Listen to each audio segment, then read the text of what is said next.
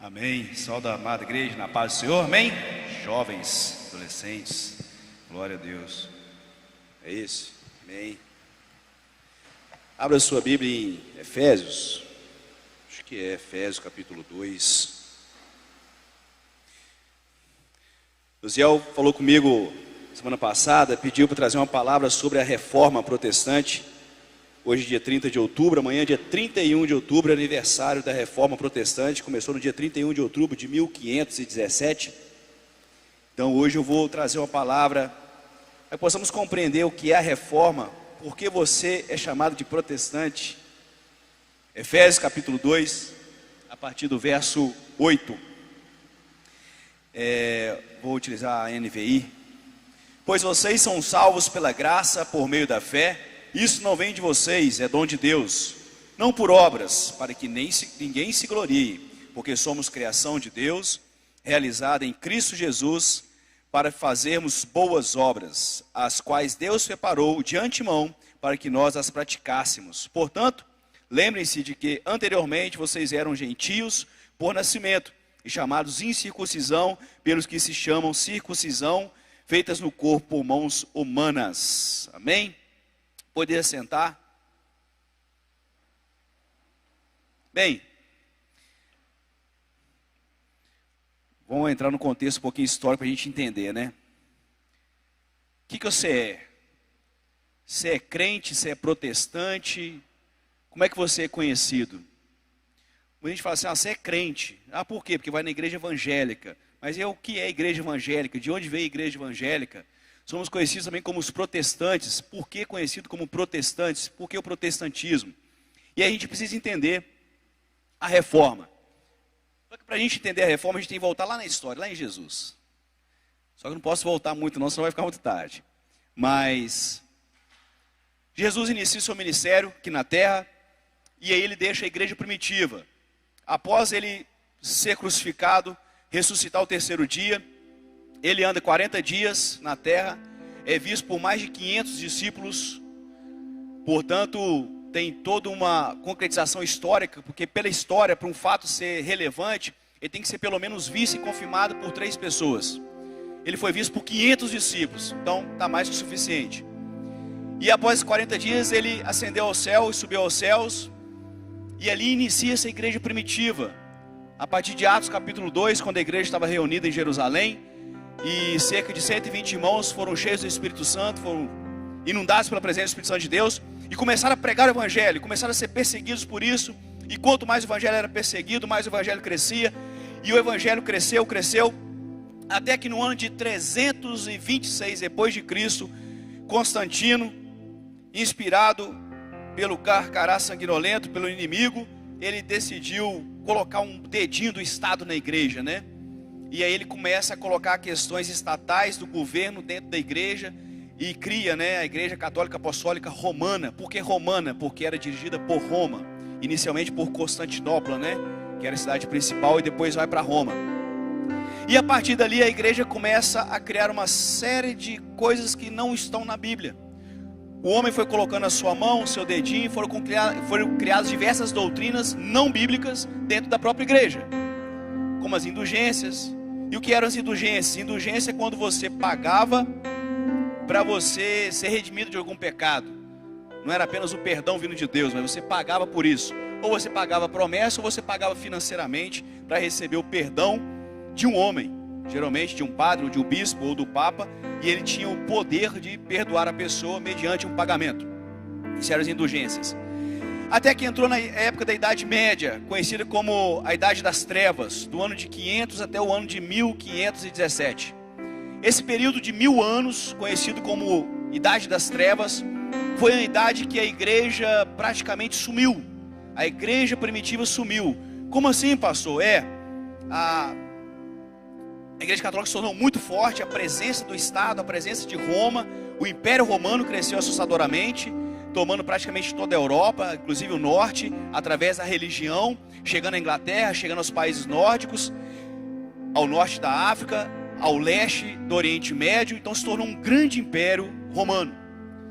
Nessa idade da média do ano de 500 ao ano de 1500, 1000 anos de trevas. Nesses 1000 anos de trevas, a igreja foi tida como morta. E se nós olharmos Apocalipse, as 7 igrejas da Ásia, nós vamos ver lá a igreja de Esmina, que fala da igreja fria, a igreja morta, que ia representar justamente esse período de 1000 anos da Idade Média. Só que a igreja nunca morreu. A igreja permaneceu viva ao longo de toda a história, amém? Durante esse período de perseguição da igreja morta, dos 1000 anos da Idade Média, na verdade, os verdadeiros cristãos perseguidos, eles iam para outras regiões, até mesmo como escravos para pregar o evangelho. Foi onde o evangelho, por exemplo, chegou aos vikings, aos bárbaros, aos países nórdicos, Suécia, Noruega, Finlândia, e mais ao leste da Ásia. Então o evangelho começou a crescer em outras regiões que não eram na Europa. E aí veio a reforma protestante. E o que foi a reforma protestante? Deus levantou alguns homens ali na Europa para questionar a igreja católica, para questionar os ensinamentos.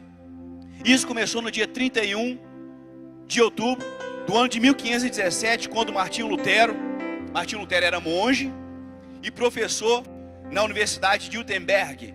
E ele começou a ler mais a Bíblia, né? Porque as pessoas não podiam ler Bíblia.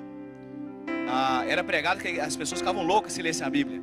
E somente padres, bispos podiam ler a Bíblia. E como monge, ele tinha acesso à Bíblia. E ele começou a ler a Bíblia. E ele começou antes angustiado, porque ele tinha aquele peso do pecado do inferno, que eles iam passar para o purgatório e tal. Ele sofria muito com aquilo. Até que ele deparou com a passagem que nós lemos de Efésios, quando fala: pela graça sois salvos por meio da fé. Isso não vem de vós, não é pelo seu esforço, não é pela penitência, não é pelo pagamento de indulgências, mas é pela graça por meio da fé, que é dom de Deus. Aquilo tira uma carga muito grande das costas de Martinho Lutero, e ele fala: peraí, então não tem que pagar penitência, não tem que ficar sofrendo. E ele foi encontrado no quarto dele diversas vezes desmaiado, de ficar se chicoteando, porque ele achava que tinha que pagar penitência, porque ele se sentia pecador. Naquele momento ele se liberta daquilo e começa a ler, até que ele levanta as 95 teses.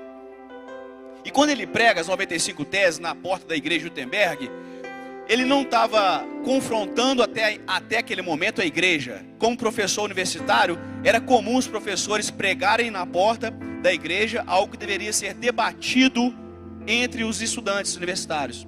Então ele pegou as 95 teses, passou: você conhece as 95 teses? Conheço.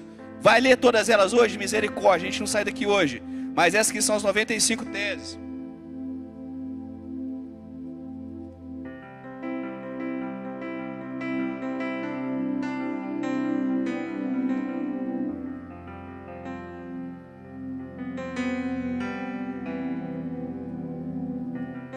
Cinco páginas, com a letrinha pequenininha, 5 ou 6 páginas. Essas aqui são as 95 teses, 6 páginas. Quem tiver curiosidade depois para conhecer as 95 teses de Lutero, estão aqui. Então essas aqui são as 95 teses, que dificilmente você vai estudar isso na escola. Eles não falam, eles citam a reforma, mas não citam quais são as 95 teses. Por quê? Porque confronta diretamente o pensamento católico. Então é claro que não vai ser apresentado para vocês na escola. Então, mas aqui são 95 teses. Então essas 95 teses foram pregadas por Lutero na porta da igreja, para que os estudantes deles lessem e depois debatessem na sala de aula. Só que aquilo levantou um questionamento muito grande dos estudantes. E os estudantes pegaram aquilo, começaram a copiar e começaram a distribuir em forma de folheto para outras pessoas. E aí veio uma revolta muito grande dentro da igreja contra Lutero. Lutero foi excomungado da igreja católica por causa disso. Ele foi levado a julgamento para que ele pedisse perdão sobre aquilo que ele estava falando. Ele falou assim: não, mas eu não posso pedir perdão porque eu estou usando a palavra de Deus. Isso é a palavra de Deus. E aí ele foi excomungado e ele começou a ser perseguido, até que ele começou a confrontar não apenas a igreja, né, mas também o Estado, o Império, Roma. E aí Roma manda matar Lutero.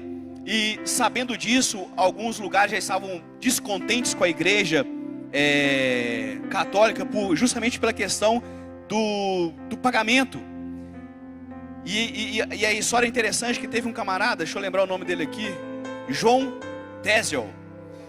John Tetzel, ele começou a percorrer, né, a Alemanha, falando o seguinte: que cada moeda que caísse no cofre da igreja, uma alma saltava do purgatório para a salvação, porque eles precisavam de dinheiro para construir a Basílica de São Pedro, no Vaticano. Então o Papa autorizou que eles passassem cobrando indulgências para que fosse construída a igreja. E aquilo causou uma revolta muito grande nas pessoas. Até que os príncipes da Alemanha, representado principalmente pelo Frederico III, que era um príncipe dos principais, né, porque a Alemanha não era um país, eram 17 principados nessa época. E eles revoltados já com Roma, falaram assim, esse cara tá certo, esse cara está confrontando a igreja com coisa que é da Bíblia. Então o Frederico III sequestra Lutero para que ele não fosse morto por Roma e leva ele escondido para a Alemanha. E na Alemanha ele é tido como morto durante muitos anos. Lá ele transcreve a Bíblia para o alemão, e aí a Bíblia começa a ser lida por todas as pessoas. E descobrindo isso, os monges começam a casar e começam a ter filhos, e eles começam a ensinar a Bíblia para os seus filhos, para as crianças, e até as crianças poderiam ler a Bíblia. E aí começa a crescer esse evangelho ali dentro da Alemanha, do Principado da Alemanha, né, dos príncipes germânicos.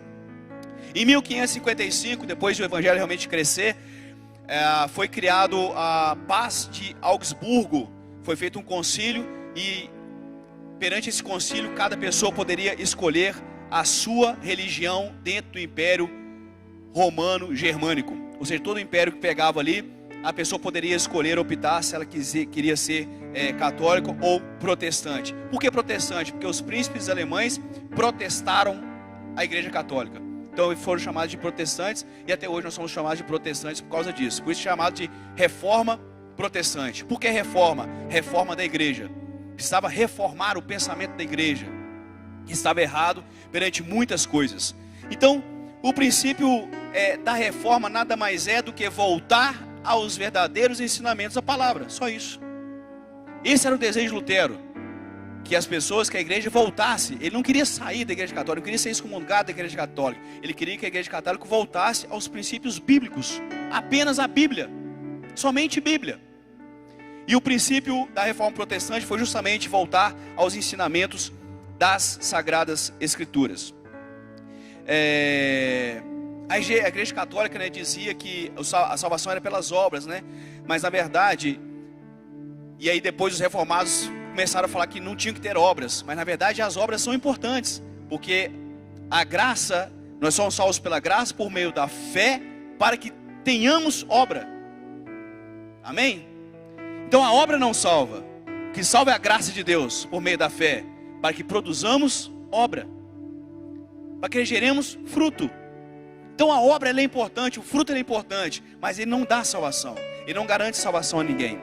E antes de eu falar dos princípios do ensinamento da reforma protestante, eu quero citar alguns grandes reformadores, porque nessa mesma época Deus levantou outros homens, não apenas Martinho Lutero, para protestar a igreja católica apostólica romana. Lutero ele foi muito forte, né? E o luteranismo ele cresceu muito ali na região da Alemanha, da Escandinávia, né, dos países nórdicos. Foi muito presente o luteranismo, porque eles acolheram muito o evangelho, né, a partir de Lutero. Lutero ele tinha uma experiência pessoal, ele tinha um fogo, uma paixão pelo evangelho, pela palavra. Essa era a característica de Martinho Lutero. Só que outros homens foram levantados, como por exemplo Ulrico Zwinglio. Zwinglio ele era da Suíça, né, na cidade de Zurique, e ele era mais profundo do que Martinho Lutero. Ele era mais intelectual, ele era mais estudado, ele era o mais humanista, estudioso da palavra de Deus. E por ele estudar muito, ele começou também a levantar questionamentos. Até que um dia ele fez um churrasco durante a quaresma. E aquilo revoltou também a igreja, porque ele falou assim, por que não comer carne na quaresma? Que sentido tem isso? Isso não tem na Bíblia, isso não tem nada a ver com o evangelho. E ele reúne alguns padres lá e faz um churrasco na quaresma. Aquilo também revolta a igreja.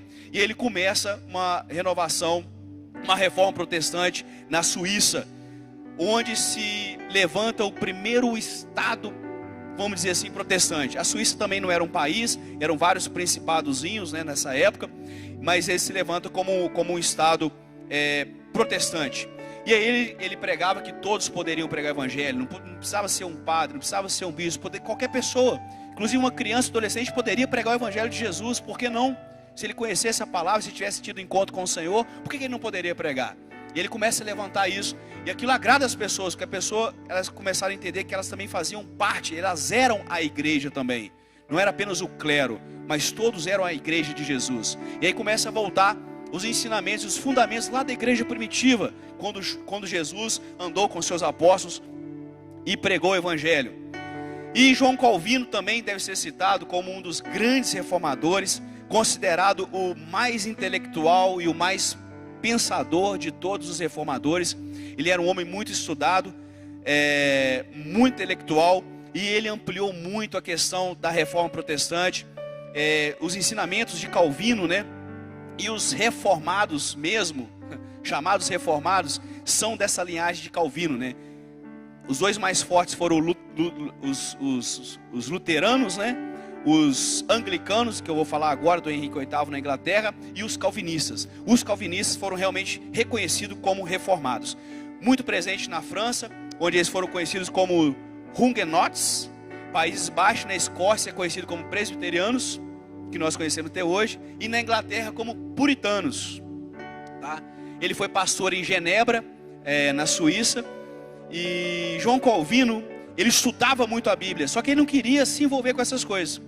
Ele ia para uma cidade ao norte da Suíça e fica lá isolado só estudando a Bíblia. Até que ele passa por Genebra, e lá em Genebra ele é confrontado por um dos monges, fala assim: mas você conhece a palavra? E ele fala assim: ó, eu vou orar a Deus para ele não te dar descanso no seu descanso, porque a gente precisa de alguém que entende da palavra aqui, ou você está querendo se esconder. E aquilo mexe com o coração de Calvino, e fala assim: não, então tá bom, eu vou ficar aqui. E ele começa a ajudar, e se torna pastor da igreja de Genebra, e começa a ensinar realmente essa palavra. Observem que na Inglaterra, aqueles que entenderam o ensinamento de Calvino, da reforma, do retorno à palavra, foram chamados de puritanos. Foram os puritanos, perseguidos pela igreja católica e pela igreja anglicana, que foram para a Nova América, fundar os Estados Unidos da América. Foram justamente esses crentes que foram para os Estados Unidos fundar a Nova América, depois conhecido como Estados Unidos da América. E eu vou falar depois porque, né, quais países têm mais de 50% de reformados protestantes e a diferença deles em relação ao restante do mundo. É impressionante. Só cego para não enxergar o poder do evangelho. Amém? Então João Calvino foi levantado. É claro que quando a gente fala de João Calvino, né, logo vem na cabeça eleição versus livre-arbítrio, né? Mas na verdade não, porque Lutero também acreditava na eleição, tá? Lutero não acreditava no livre-arbítrio. Na verdade, nessa época ninguém pensava em livre-arbítrio. Todos criam na eleição. A partir de Armínio, e não de Armínio, mas os discípulos de Armínio, foi questionado que não era pela graça, mas não apenas pela graça irresistível pregado por Calvino, porque Calvino diz o seguinte: olha, a salvação vem de graça, é a graça de Deus. E a graça, ela é irresistível. Quando a graça atinge o coração da pessoa, não tem como ela resistir, ela se entrega ao Senhor. Isso que Calvino pregava. E aí depois veio os arminianos falando: não, mas tem que também ter a fé. Ele entende a graça, mas tem que ter a contrapartida da fé, da posição da pessoa. Mas esse ensinamento ele veio depois. E não existia esses pensamentos dicotônicos entre Lutero e Calvino, não, porque todos criam na eleição. Henrique VIII também a gente precisa citar, na Inglaterra, porque eles queriam já uma reforma há muito tempo. Só que a reforma na Inglaterra foi uma reforma política, porque Henrique VIII ele queria se separar da sua esposa, a Maria de Aragão, filha do imperador de Roma, porque ela não tinha filhos. Ele queria deixar herdeiros, ele queria se separar dela para casar com outra mulher. E a igreja não permitia isso, o Papa não permitiu. Então ele criou a reforma anglicana para separar da sua esposa e ter um novo casamento. Só que isso não foi reforma, só foi a reforma política. E aí depois que as ideias de Calvino chegaram lá, que realmente veio os puritanos, né? E aí depois do Henrique VIII veio Maria I, conhecida como Maria Sanguinária, e começou a perseguir os puritanos, matar os puritanos, matar aqueles que se diziam protestantes, reformados. E muitos fugiram para o continente, porque a Inglaterra é uma ilha, né? E onde que eles foram no continente? Para a Suíça. E lá eles aprenderam mais da palavra de Deus, foram mais reformados ainda. Então quando eles voltaram os puritanos raiz mesmo. E aí perseguidos, muitos foram para os Estados Unidos, fundar os Estados Unidos da América. Então realmente a história do Evangelho, ela é muito bonita. E eu não poderia deixar de citar, antes de resumir as 95 teses de Lutero em 5 pontos principais da reforma, os anabatistas. Dentro desse contexto de reformas, principalmente por Lutero, Calvino, surgiram os anabatistas, dos quais nós somos filhos, vamos dizer assim.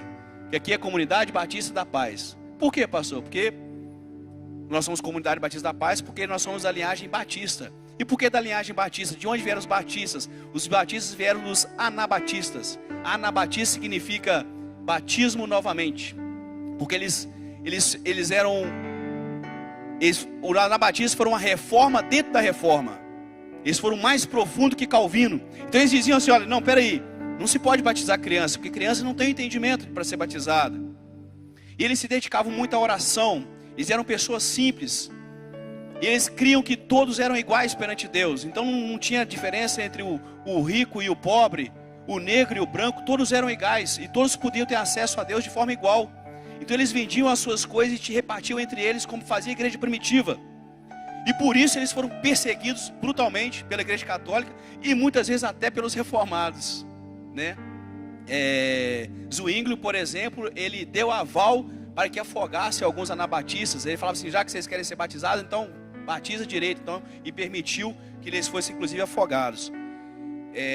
E acredita-se que nesse período de perseguição aos anabatistas, morreram mais anabatistas durante esse período do que todos os cristãos perseguidos dos 3 primeiros séculos da perseguição da igreja. Pra vocês terem ideia, a quantidade de anabatistas que foram perseguidos, eles eram esquartejados vivos, enforcados, afogados, porque queriam voltar ao ensinamento da palavra de Deus. E aí esses anabatistas, dos quais vieram os abatistas, e nós aqui estamos, né? Tão conhecido como a reforma dentro da reforma. Eles pregavam uma ruptura total, né, dos ensinamentos e costumes do mundo com a igreja. Eles não aceitavam nada que era do mundo dentro da igreja. Inclusive eles pregavam que o templo tinha que ser um galpão branco sem nada, sem imagem, sem pintura, sem nada, porque nada poderia desvirtuar o pensamento deles do Pai, da adoração a Deus.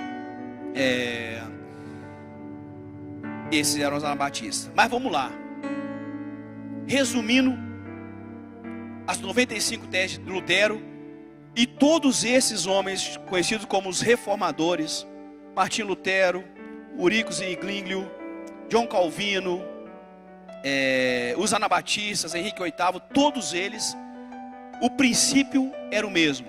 Embora eles divergiam de alguma coisa, né? Em Calvino, inclusive teve uma vez um encontro de Lutero com Calvino na Suíça, e aí Lutero até virou as costas para o Calvino, porque eles não... A única ponto de divergência deles era em relação à ceia, né? Mas não vou entrar nessa questão da ceia não, que aí dá estudo para mais de hora. Então eles tinham divergência em relação à ceia do Senhor apenas, mas em todo o restante eles eram amigos e concordavam entre eles. E esses 5 pontos principais da reforma são chamados de as 5 solas. Pastor, o que são as 5 solas? Sola fide. Sola fide é somente a fé. Lá em Hebreus, capítulo 11, versículo 1.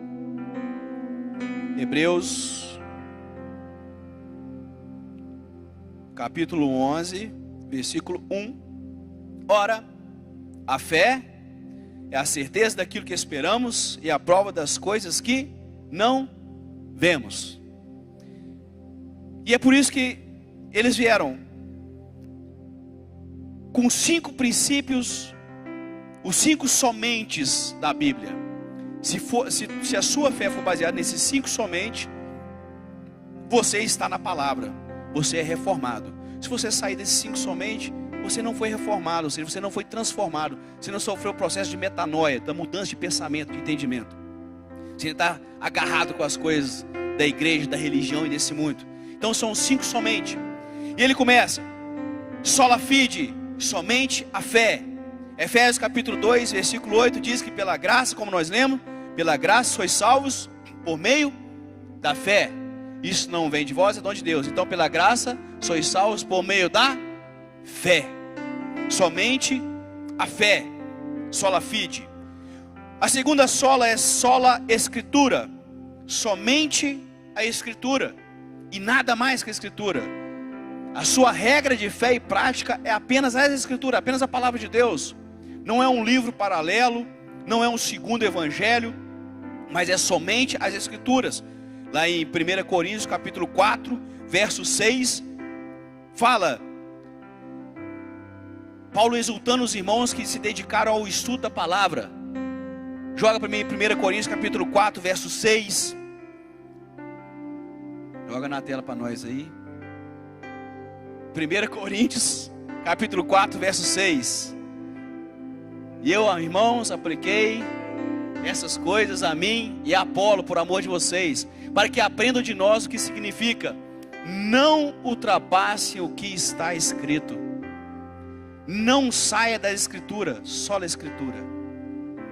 Assim ninguém se orgulha a favor de um homem em detrimento de outro. Por quê? Porque a base é somente as escrituras. Ah, pastor, tem um livro lá que é muito bom. Amém. Você pode ler como referência, para ajudar, para entendimento. Mas saiu da palavra, heresia. Então o que eles pregavam? O que for fora das escrituras é heresia. Somente a escritura. A terceira sola Christus. Somente Cristo. Atos capítulo 4, verso 12. Também tem um texto que fala, conhecido, que em nenhum outro há salvação. Por quê? Somente Cristo. Atos capítulo 4, versículo 12. Em nenhum outro há salvação, porque também debaixo do céu não há nenhum outro nome dado aos homens pelo qual devamos ser salvos. Porque até então pregava-se que o padre, o papa poderia perdoar pecados. E eles falam, não, somente Cristo. Somente Cristo. Somente Cristo pode perdoar pecados. Somente Jesus pode perdoar pecado. Somente Ele é o caminho. Então não tem outro homem. E quando eles entenderam isso, eles começaram a tirar todas as imagens das igrejas. Assim como a passagem do centurião, eu esqueci o texto. Do centurião, em que quando Pedro chega a pegar o evangelho, ele se ajoelha. Ele fala assim, olha, levanta, que isso, cara? Eu sou homem como você. Você não vai me adorar. E Pedro, depois, muitas vezes, as pessoas se ajoelhando perante a imagem de Pedro. E o próprio Pedro falou, não faz isso. Você tem que adorar somente a Jesus. Somente a Cristo. Sola gratia, somente a graça. É a quinta sola. Efésios 2:8, como nós lemos, porque pela graça sois salvos. É a graça irresistível de Deus.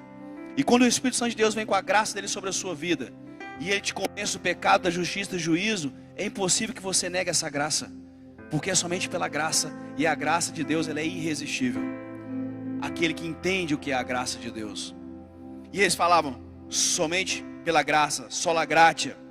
E aí foi o que eu falei, né? Os calvinistas falavam que a graça era irresistível. Os arminianos, com a necessidade da fé pelo homem através da sua escolha. Depois veio esse debate, mas anos depois, mas todos criam que era somente pela graça.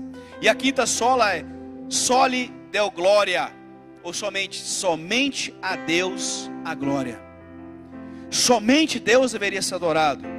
Um homem não poderia ser reverenciado como um santo homem, ou como um representante de Jesus na terra. Nenhum outro santo poderia ser adorado. Somente glória a Deus. Soli deo glória. E Atos capítulo 10, no versículo 25 a 26, fala isso, né? Joga para nós aí, para nós lermos Atos capítulo 10, versículo 25 e 26. Fala que quando Pedro, né, entrou. Quando Pedro ia entrando na casa, Cornélio dirigiu-se a ele e prostrou-se aos seus pés, adorando. Versículo 26. Mas Pedro fez levantar-se, dizendo, levanta-te, eu sou homem como você. A glória tem que ser dada somente a Deus, nunca ao homem, somente a Deus. E resumindo, as 95 teses de Lutero são as 5 solas então que eu falei aqui hoje. Sola fide, somente a fé. Sola escritura, somente a escritura. Solos Christus, somente Cristo. Sola gratia, somente graça, somente a graça. e só lhe deu glória, somente glória a Deus. Essa é a base de nós reformados, de nós protestantes. Essa é a nossa base de fé. A nossa fé é em Cristo Jesus. A nossa única regra de fé e prática é a palavra de Deus. Toda a glória tem que ser dada somente a Deus, Criador dos céus e da terra. E somente o caminho é Jesus. Ele é o caminho, Ele é a verdade, Ele é a vida. E é somente dele, por Ele e para Ele são todas as coisas. E aí eu voltando na história da igreja, quando você se digitar no Google assim, protestantes no mundo, ou reformados no mundo, que somos nós, vocês vão ver lá os países tem mais de 50% da população dita protestante, reformada. E o interessante, amados, é quando nós vemos que é os Estados Unidos, os 3 países nórdicos, Noruega, Suécia e Finlândia, tem mais de 50% da igreja reformada, protestante. Qual que é o melhor IDH do mundo? Os 3 países com o melhor IDH do mundo, índice de desenvolvimento humano, melhor qualidade de vida do mundo. Os 3 países nórdicos, Noruega, Suécia e Finlândia, são considerados os melhores lugares para se morar no mundo, pela questão da igualdade, pela questão da tranquilidade, não tem criminalidade. E aí quando a gente olha para os Estados Unidos, qual a maior potência do mundo? Os Estados Unidos da América. Foi criado através dos puritanos, aqueles que foram perseguidos por causa do evangelho de Jesus. Eles foram para lá e formaram um estado, uma nação, que se tornou a nação mais poderosa da face da terra. Hoje o evangelho é questionado, porque muitos perderam a sua fé. Hoje tem muitos ateus, o ateísmo tem tomado conta, mas ainda assim, mais de 50% da população é dita protestante. E glória a Deus que ainda existe o cinturão bíblico, né? O Bible Self, que pega ali o sudeste dos Estados Unidos todo, Tennessee, Alabama, Flórida, Carolina do Sul, Geórgia, aqueles estados aí considerados como cinturão bíblico, é onde o evangelho realmente ali ainda é muito forte, muito forte. E a gente consegue ver isso através dos filmes, através da história. Então olha o poder transformador do evangelho. O evangelho não apenas salva, ele transforma a vida. Ele não reforma apenas o seu pensamento, ele reforma a sua vida. Ele transforma a sua qualidade de vida, a sua situação. Ele te dá qualidade de vida. E se nós olharmos para o mundo político, nós veremos o evangelho, como o evangelho age também no mundo. Isso é maravilhoso. Então isso é a nossa história da reforma protestante. E por isso que amanhã é comemorado, né? Já estamos com quantos anos? Foi 517?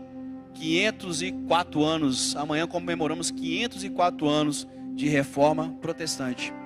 E nós somos filhos desses homens reformados, muitos deles perseguidos, né? Como os anabatistas que criam no fundamento da palavra de Deus e foram mortos, perseguidos. Muitos tiveram que fugir dos seus países, mas o evangelho chegou até nós. E nós hoje vivemos as 5 solas, porque cremos nessa palavra. Amém? Deus abençoe a sua vida, em nome de Jesus.